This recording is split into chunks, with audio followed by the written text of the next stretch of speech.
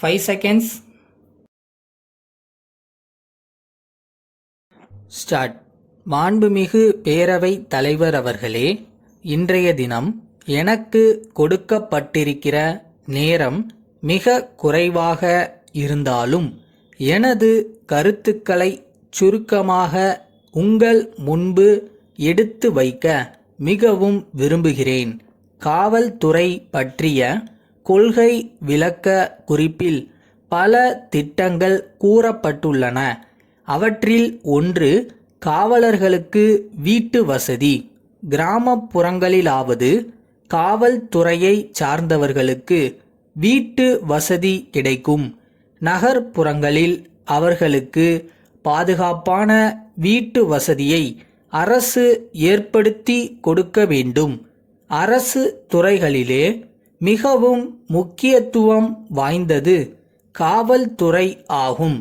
அரசின் திட்டங்களை நிறைவேற்றும் போது ஏற்படுகிற விரும்பத்தகாத நிலைமைகளை கூட சமாளித்து மக்களுக்கு நீதி கிடைக்க காவல்துறை பாடுபட வேண்டியுள்ளது.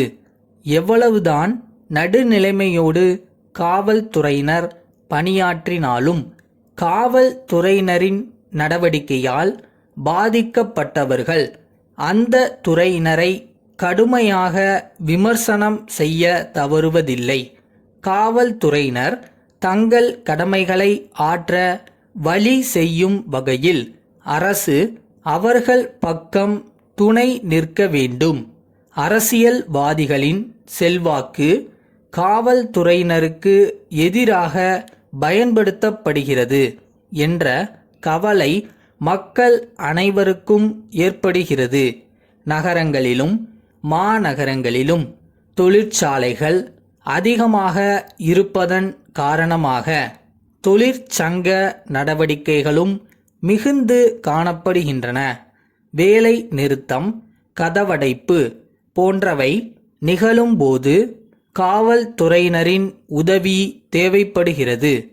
காவல்துறை நியாயத்தின் பக்கம்தான் நிற்க வேண்டும் என்ற போதிலும் சட்டம் ஒழுங்கு பிரச்சனை ஏற்பட்டு கலவரம், குழப்பம் ஏற்படாமல் தடுக்கும் கடமை காவல்துறைக்கு உள்ளது என்பது மறுக்க முடியாத உண்மையாகும். அதேபோன்று மாணவர்கள் ஏதாவது காரணத்திற்காக போராட்டம் தொடங்கிவிடுகிறார்கள். மாணவர்கள் சம்பந்தப்பட்ட போராட்டங்களில் காவல்துறை கடுமையாக நடந்து கொள்ள முடிவதில்லை. மாணவர்களின் போராட்டங்களில் சமூக விரோதிகள் புகுந்து கொண்டு மாணவர்களின் பெயரால் பல குழப்பங்களை விளைவிக்கிறார்கள்.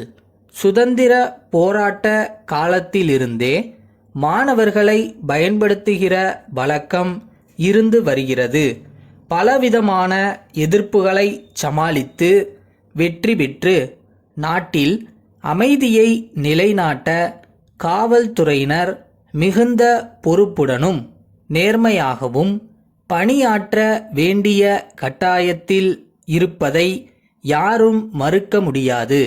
சவால்களை எதிர்கொள்ள வேண்டிய நேரங்களில் காவல்துறை முறையான நடவடிக்கைகளை மேற்கொள்ள வேண்டும். அதே நேரத்தில் சம்பந்தப்பட்டவர்களிடம் மிகவும் கடுமையாகவும் நடந்து கொள்ளக்கூடாது. ஜனநாயக முறையில் நியாயமான நடவடிக்கைகளை எடுத்து பிரச்சனைகளை தீர்க்க வேண்டிய தலையாய கடமை காவல்துறையினருக்கு உள்ளது. காவல்துறையில் பணியாற்றுகிறவர்களுக்கு உள்ள குறைகளை கேட்டறிந்து நிவர்த்தி செய்வது மிகவும் அவசியம். வீட்டு வசதி செய்து கொடுப்பது போன்ற சில கோரிக்கைகளை நிறைவேற்ற சிறிது காலத்தாழ்வு ஏற்படலாம். சிறிய மனக்குறைகளை உடனுக்குடன் தீர்ப்பது அவசியம் ஆகிறது. சங்கர் நகர் விநாயகர் ஆலய அறங்காவலருக்கு ராமன் சகோதரர்கள் எழுதும் கடிதம்.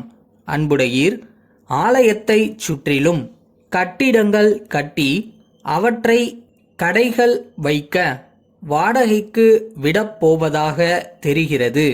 அவைகளில் 2 வாடகைக்கு எடுத்துக்கொள்வது குறித்து இக்கடிதத்தை எழுதுகிறோம். நகரின் பல பகுதிகளில் நாங்கள் பல்பொருள் அங்காடிகள் வைத்து வியாபாரம் செய்து வருகிறோம்.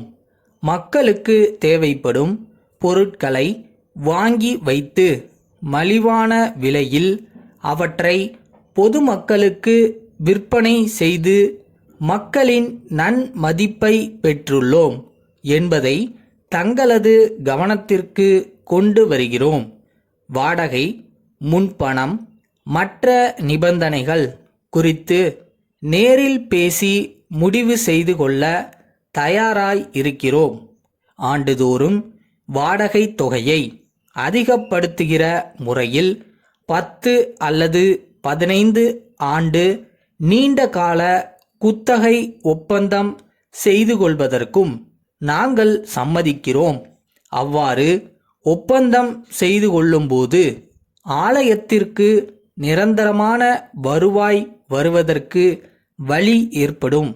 அடிக்கடி வாடகைதாரர்களை மாற்றி அதனால் ஏற்படும் பிரச்சனைகளை தவிர்க்க முடியும். எங்கள் கோரிக்கையை பரிவுடன் கவனிக்கும்படி வேண்டி கேட்டுக்கொள்கிறோம். தங்கள் உண்மையுள்ள